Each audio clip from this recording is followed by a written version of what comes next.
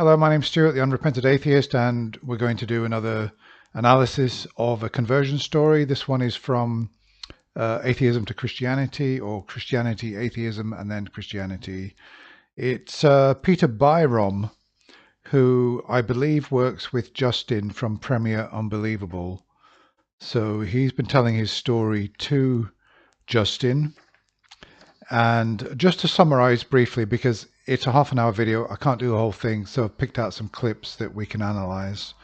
But just to say that he was brought up as a Christian, he went to university, he lost his faith. He describes how he fell in with a trendy set of atheists, secularists, and progressives, liberals, and people who ridiculed religion, said there's no God, etc.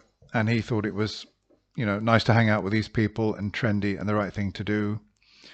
And then he went on to describe how he had a friend who converted from atheism to Christianity, and he had another friend who went from Christianity and became an atheist. They read Richard Dawkins, etc. It was all at that particular period of time. So I think it's important to notice, though, he was brought up as a Christian and he became an atheist when he was at university. The reasons that he gives for becoming an atheist, to me, are not that convincing. He doesn't really, the way that he talks about it, it's like he fell in with this set of people who he thought were the smart choice to be with. It doesn't sound that convincing, but look, I don't want to poison the well too much. Let's have a listen to what he's got to say about Dawkins, because he mentions Dawkins quite a few times, and he credits Dawkins with getting him to Christianity to an extent via William Lane Craig. And co kind of have a part to play in what you were coming across, reading, watching at the time? Well, it was fascinating because, you see, this was about halfway through university. One of my very best friends who was not a Christian, he wasn't religious at all, he became a Christian. And that was massively inconvenient, very inconvenient, because I'd just about forgotten the stuff and left it behind. And then one of my best friends that I end up living with... Well, I mean, why is it inconvenient? Look, if Matt Dillahunty and Richard Dawkins both did a press conference tomorrow and said, look, there is a God, we're going to become Christians, we believe in the Trinity, would that be inconvenient for me? No, it wouldn't be at all. I'd be really interested to know what their reasons are. I suspect that they wouldn't have good reasons for their conversion. But why is it inconvenient? It shouldn't, just because a close friend goes from atheism to Christianity. It wouldn't be inconvenient for me if my best friend converted to Christianity. It wouldn't be inconvenient at all. At university becomes this born-again Christian. But I'm sorry, can I just say that the reason it wouldn't be inconvenient for me is because I think I've arrived at atheism for good reasons, because I've analyzed a lot of evidence. I've not found any evidence. I think I'm an atheist for fairly good reasons. But if you're an atheist for bad reasons, like, for example, Christianity can't be true because, they're not progressive. And I mean, they look at things in a very antiquated way. They read old books, etc. Those are all bad reasons for not being a Christian. A good reason is there's insufficient evidence. And if you've got bad reasons for being an atheist, then I can see how it would be inconvenient for your worldview, which is based on, it's got a flimsy basis to it. It would be inconvenient if somebody who you thought agreed with you suddenly went over to the other side. Yeah, let's get on with it. All of this stuff is in my face. So that was making me think about it and maybe feeling a bit uncomfortable and wanting to push back a little bit, saying, I don't want to get back into this stuff again, thanks. But then another one of my best friends who was Christian became atheist, and it was because of the God Delusion. I remember vividly him saying, you have to read this book by Richard Dawkins, The God Delusion, it's amazing. So I had two prompts. I'd just like to say we're obviously having to take him at his word. It may well be that the two stories that he has summarized, if the people were actually here saying, oh, well, it's not quite that simple. The reason I read The God Delusion is because I was already having serious doubts. And I'd been through the Bible, I'd read about slavery, etc. And I started looking around for evidence. I thought, oh, there isn't really much evidence, is there? And Richard Dawkins brought, you might find that the story is actually far more complex than he's telling it. I think he's probably telling this whole narrative in a way in order to bolster the credibility of his own conversion story. that just destroyed any hope I had of being apathetic at that time. You know, one was seeing somebody become what you might call born again, and the other one was a Christian saying, well, it shouldn't take that. It shouldn't take two conversion stories, one in one direction and one in another, for you to stop being apathetic. I think that particularly if you're a student at university and you're thinking about these things, there's no way that you should be apathetic to the question of the existence of God, and it shouldn't take these conversion stories to trigger you. That tells me a lot. That tells me that he didn't really arrive at his atheism because he'd surveyed the evidence and found that it was insufficient. He'd arrived at his atheism for other reasons. Not only have I also drifted out of it, I have actively embraced atheism, and I'm not just sort of I've not just sort of let Christianity go. I've embraced the alternative of saying... I mean, it seems weird that he's saying he's embraced atheism, like, you know, he's embraced idealism or or he's embraced communism or some kind of ideology, whereas atheism is just the lack of belief in a God or the positive claim that there is no God. It's not, I mean, for me, atheism is not something that I embrace in any way. It describes my belief or lack of belief in the existence of God, nothing else. I'm not embracing anything about it. It's really strange. I mean, I can see how you would embrace Christianity. So it sounds like he's equivocating atheism as a kind of sort of religion or sort of anti-religion ideology, which it isn't. It's nothing. Atheism is nothing to be embraced. It tells me he doesn't really even know what atheism is. Belief in God is false, is wrong. Here is Richard Dawkins, and here's his argument. So it was almost like... Okay, so now he's making the claim there that, you know, atheists are saying that belief in God is wrong, is false. No. Atheism doesn't make that claim. Atheists will often say belief in God is not warranted by the evidence. That's true. Strong atheists might say, well, I don't see how they could say belief is false, because you either have a belief or you don't. I think what they mean is that the belief is false. Strong atheists will say the belief is false because God does not exist. So now, I'm not a strong atheist, so I never say that God doesn't exist. But yeah, so he's kind of getting his the way that he's talking about it here is not very precise. I was being put in a position of needing to choose a view rather than just being able to just sort of sleepwalk through it. But it was very... Well, I mean, there's no need to choose a view. Well, you can take the view that I don't know. So you don't have to embrace, or you don't have to choose. There's nothing forcing you to choose anything at all. And although I can see that if he's at university and he's got the Christians there and he's got the progressives and the liberals there, that he might feel that he's got to be in one camp or another. I can certainly see it from that point of view. But if I was there, I wouldn't be with either set, most likely. I would be just saying, I don't know. I don't believe in God, and I don't know about all these other things. I don't know about all the claims, all the religious, all the spiritual claims. I'm agnostic about them. I don't believe in them. I'm waiting for more evidence. Very much being exposed to the God delusion and then watching Richard Dawkins. You can blame YouTube for a lot of this as well, because of course that's where you see all the videos of the debates and the interviews and so forth, and then it's a domino effect. You know, you discover one, you discover the next. You discover Dawkins, I discover Hitchens, discover Sam Harris, and then gradually start discovering other people through it.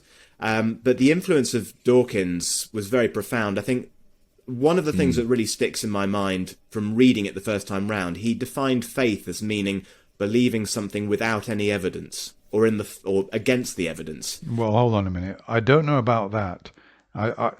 Believing without evidence is certainly you can characterize religious faith in that way, but and you could even characterize believing in the face of evidence. I don't know whether I can't remember from the God Delusion what exactly Dawkins says about that, so got to be careful. You know, you should only believe things where there's good evidence. If you believe it without evidence, that's faith. And I can remember thinking a couple of things. First of all, Yeah, so I agree with that. You should only believe in a proposition if you have good evidence. And if you haven't got good evidence, you shouldn't believe it. But people with faith will believe without good evidence or without any evidence or little evidence. Sense of why people at our university, the lecturers, were banging on about not doing plagiarism and citing your sources, because that's a way of giving evidence. But on the more profound point, it seemed obvious, and I just thought, well, of course, that's the way I should live, you know, and that felt like there was some freedom being opened up there, because it meant that anything I didn't like or disagreed with, it was as if I could challenge it and say, well, show me the evidence and I won't go along with it. Yeah. And then thinking as well, did I just, during this time that I sort of believed this stuff, was that all just not based on evidence? So I bought... Okay, so good. He's thinking in the right way here. Only accept a claim if there's sufficient evidence. I like it so far, and it's made me feel really good and optimistic that he's going to present some evidence and explain what the evidence is that convinced him that Christianity is true. So let's go. His line, he said, you need evidence, don't bother with it if there's no evidence. And that's what I went looking for. Great. Let's have it.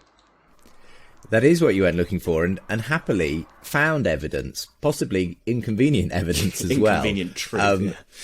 Exactly, yeah. So you've already mentioned that William Lane Craig was a significant part of this. So tell us about how you bumped into his work, his apologetics, and how that made you start to rethink and revisit the whole question of Christianity. Well, that was part of the chain reaction of what happens when you're a student and you're putting off doing your essays and you're browsing YouTube. You know, you start with Dawkins.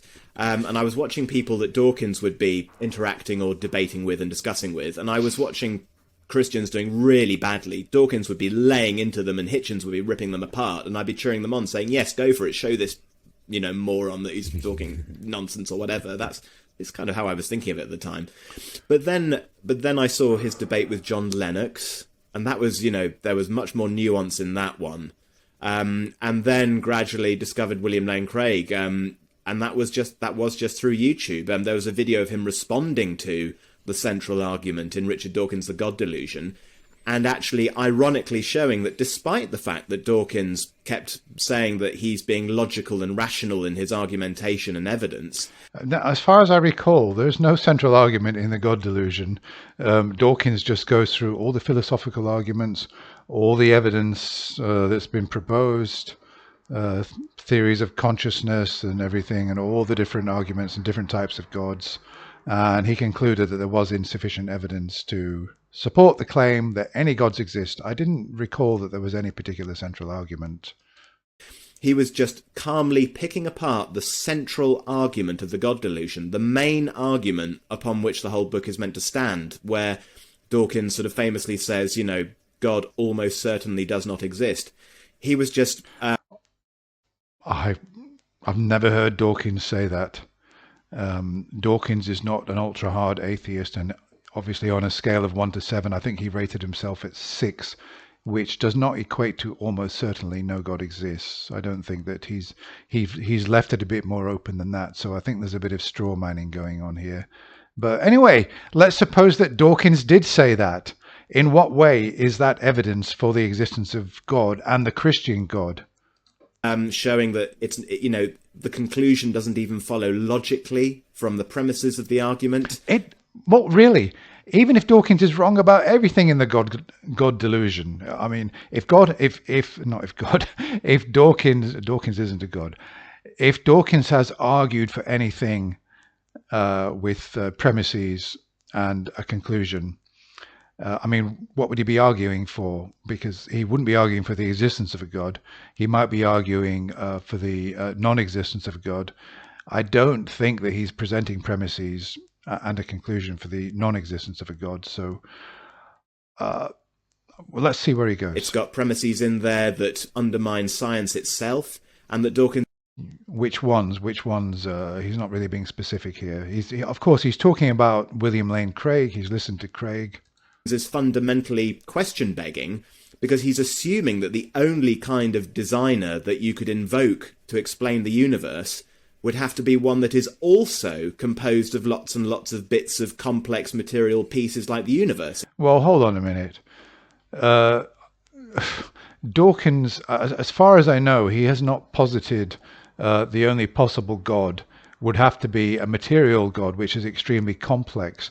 I recall, obviously, the whole definition of a God is that it's got to be transcendent beyond space and time and immaterial, yet somehow a mind.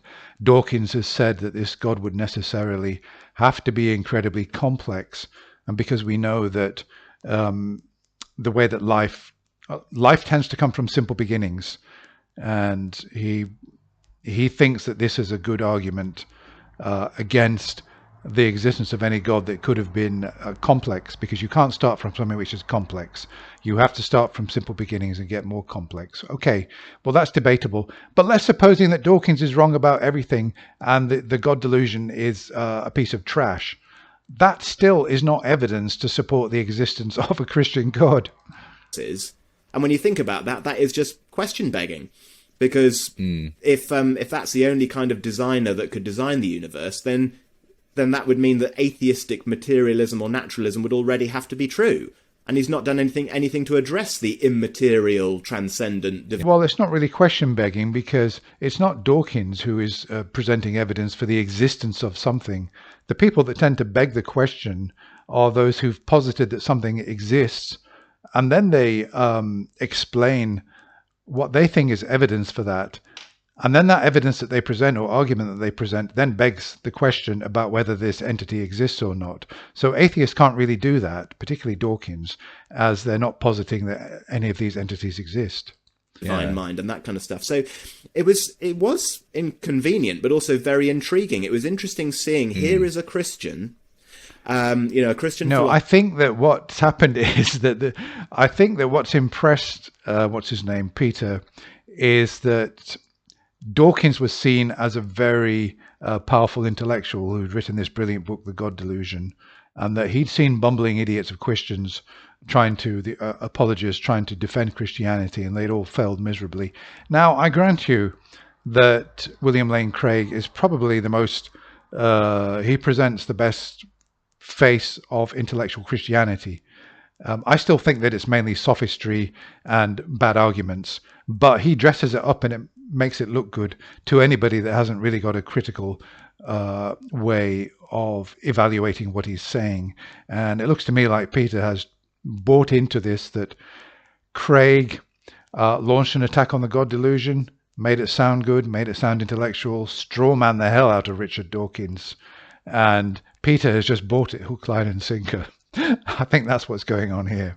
Philosopher, and he is using logic, reason, and evidence in a way that seemed even more transparent than the new atheists were. And then just one thing leads to another. I just started... Well, what's the evidence, though? Exploring his work in greater and greater depth.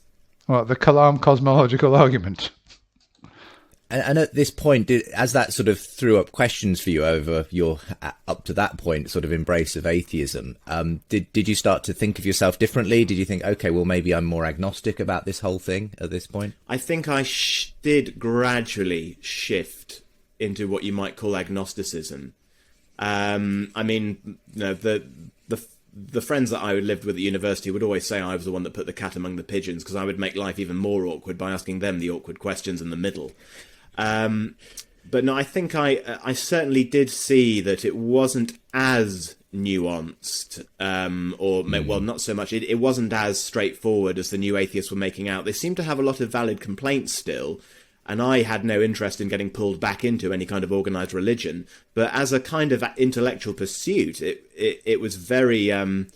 I don't know if it's addictive or not, but I just kind of felt... I almost felt like, well, if what Dawkins did say in The God Delusion is the case, that you've got to look for the evidence, then I thought, all right, well, it looks like there's some evidence for Christianity here, so I better stick with it, and I better really... What's the evidence? That's what I want to know. He's saying he's found evidence. What is it? Really try and see how strong it is, because I still wanted Christianity to be false. It's just that, right. So I've got to hopefully... Okay, well, this is bad. This is bad. This is a confirmation bias. he's going into a question of whether Christianity is true or not, and he's admitting that he wants it to be false. I don't want Christianity to be false. I just want to know what's true and whether it's got any validity. So let's see if he's going to say what the evidence is. We find that the evidence doesn't stack up for it. So I think there was that, but also, you know, just because you might find something intellectually interesting or even persuasive, it doesn't necessarily mean that the rest of you is going to go along with it. Because I had all sorts of other emotional, personal reasons for not wanting to get dragged back into that, or certain ways that my lifestyle was and the way I was going. So I think the interesting... I know. It's the last place I wanted to go. How many times have I heard that? thing is that, you know, I think that stuff was very influential and very important. If I didn't have the apologetics and the good evidences for Christianity available and being presented, then it would have been easier for me to avoid it and hide away and use excuses to... You know, he keeps talking about these good evidences. What are these good evidences? Okay, so it seems that Peter asked Richard Dawkins a question mainly during a debate he was doing with somebody. He stood up and asked a question that, why, Richard Dawkins, won't you debate William Lane Craig? Dawkins has said that he won't debate Craig because he's only a professional debater and he hasn't got anything else to offer. Now, I actually think that Dawkins is wrong about this. I've got a book on atheism that was written in the 90s, and Craig's Kalam cosmological argument is discussed in that book. It's quite a big book on atheism. And obviously, we have to acknowledge that Craig is somebody in the world of apologetics, theology, and philosophy. I think Richard Dawkins is wrong not to debate him. And but that's no evidence to support the truth of Christianity. Let's hear what he's got to say. And stuff, which he's debated non-bishops. He says he didn't debate creationists. William Lane Craig is not a creationist. He affirms, you know, that the universe is billions of years old. You know, he uses the Big Bang in the Kalam argument. And then, of course, most famously, he said, I'm busy. Okay, so Richard Dawkins has been a clown about all this. So what? Why is it important that one world-famous atheist has got certain things wrong, has got bad reasons for not debating people, has maybe got some things wrong in his book? Why would you embrace an entire worldview, an entire religion, just because one counter-apologist has made a bit of a mess with certain things and got certain things wrong? I don't understand that. It's a really bad reason for taking on a religion. Well... So it's like, if Richard Dawkins is wrong about anything, Christianity wins by default. That's a fallacy. Okay, let's continue. You're right as well in saying that I was feeling kind of disappointed with the new atheists at that point, thinking you're not really delivering what you said you'd deliver. And my elite... What did the new atheists promise to deliver that they haven't delivered? I want to hear. Allegiances were gradually shifting, I think, towards the Christian worldview. So because he was disappointed in the new atheists, I mean, look, I don't give 2 pence for the new atheists. I mean, Richard Dawkins, Hitchens is dead, of course, Sam Harris, they could all convert tomorrow to Christianity. They could get down on their knees. They could kiss the cross, embrace the Bible, convert to Catholicism or whatever, even Matt Dillahunty, the whole lot of them. I don't care anything for new atheism. I don't care anything for famous atheists. I've got my own reasons for my own disbelief, and I don't look at what other people believe. I'm interested in their reasons. No, I'm not interested in personalities. I'm not interested in causes or movements.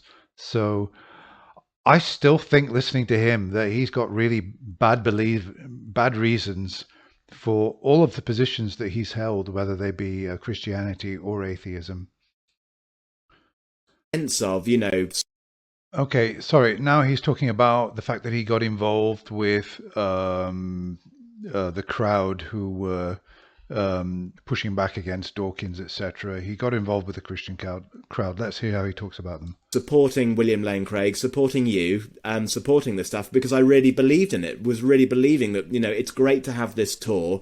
It seems like a great bunch of people doing really good stuff with a lot of integrity, bringing, offering this evidence and engaging with, I think, what turned out to be. Offering what evidence? The Kalam cosmological argument that's been, debunked hundreds of times. So it looks to me like, again, we hear it again and again, all the conversion stories I've done, a lot of it's about community. Okay, I know you could say with atheism, well, yeah, there's communities in atheism as well. And who knows? There may be people who get involved in atheist counter-apologetics, the atheist community, online or otherwise, simply because they like the personalities. I would say about that they've got, if that's their premier reason for being an atheist, they've got a bad reason. And if it's your premier reason for being a Christian is the community, you've got a bad reason. Actually, really strong atheist debate opponents. You got people like Stephen Law and Peter Millikan, for example, and then a lot of the people that had led the charges from the Humanist Association, including people like Dawkins and Grayling and Toynbee. They were all either refusing or dropping out. So I remember that being a really exciting time, a lot of drama going on. Of what's going to happen. You're making it sound like Dawkins and the others, we can't handle Craig, we can't handle all the evidence that the Christians are bringing out and putting on the table, so I think we're going to have to take a step back. And for this reason, again, it's bolstering his own belief in the religion. He's looking at the wrong things. He's looking at the wrong things, and I really don't think that he's properly assessed the evidence. If he's talking about Craig, he's primarily interested in what Craig's got to say. The main thing with Craig is the Kalam cosmological argument, which at best only gets you to a cause. The premises are not sound, so I really don't think that he may well be that he's simply impressed with Craig as a speaker. Sounds very sincere, although I don't think he sounds sincere, but I think he believes for bad reasons. With the tour, will Richard Dawkins, accept the invitation to finally engage with William Lane Craig? Of course not. But all that expectation was there. But I can remember really thinking, something is happening here, something is changing here. What's happening is that people in the West, in the Western world, are turning their backs on Christianity and theism in general. That's what's happening. Okay, so they're now talking about a conversation he had with somebody where this Christian said to him, if you can't give everything to Christ, then it's best not to come in at all. Just remain an atheist, because one foot in, 1 foot out is miserable. And now he's going to say something about evidence. This needs to be a full commitment, and it's about Christ, and thankfully, there was that evidence for the resurrection and so forth to give that. Okay, now we're getting somewhere. He's got evidence for the resurrection. Let's hear evidence for the resurrection. Extra clout behind why you could, go through with this. But really, it was, if you can't give your whole life to Jesus, don't do it. Okay, stop the preaching. So no evidence for the resurrection. Obviously, I've heard what Craig's got to say about evidence for the resurrection, and I don't think he's got any evidence there at all. I don't want to go through evidence for the resurrection. It's in the Bible. There's only the Bible, a theological document. There's nothing out there to corroborate it. He is just deluded if he thinks that there is strong evidence for the resurrection. There isn't. And if that's his primary reason and the Kalam cosmological argument, then his belief is based on the worst possible foundations. That really gave me a sense of what the decision would have to be. Well, so he became a Christian. You fool. Okay, look, I'm not going on any further. This video has gone on long enough.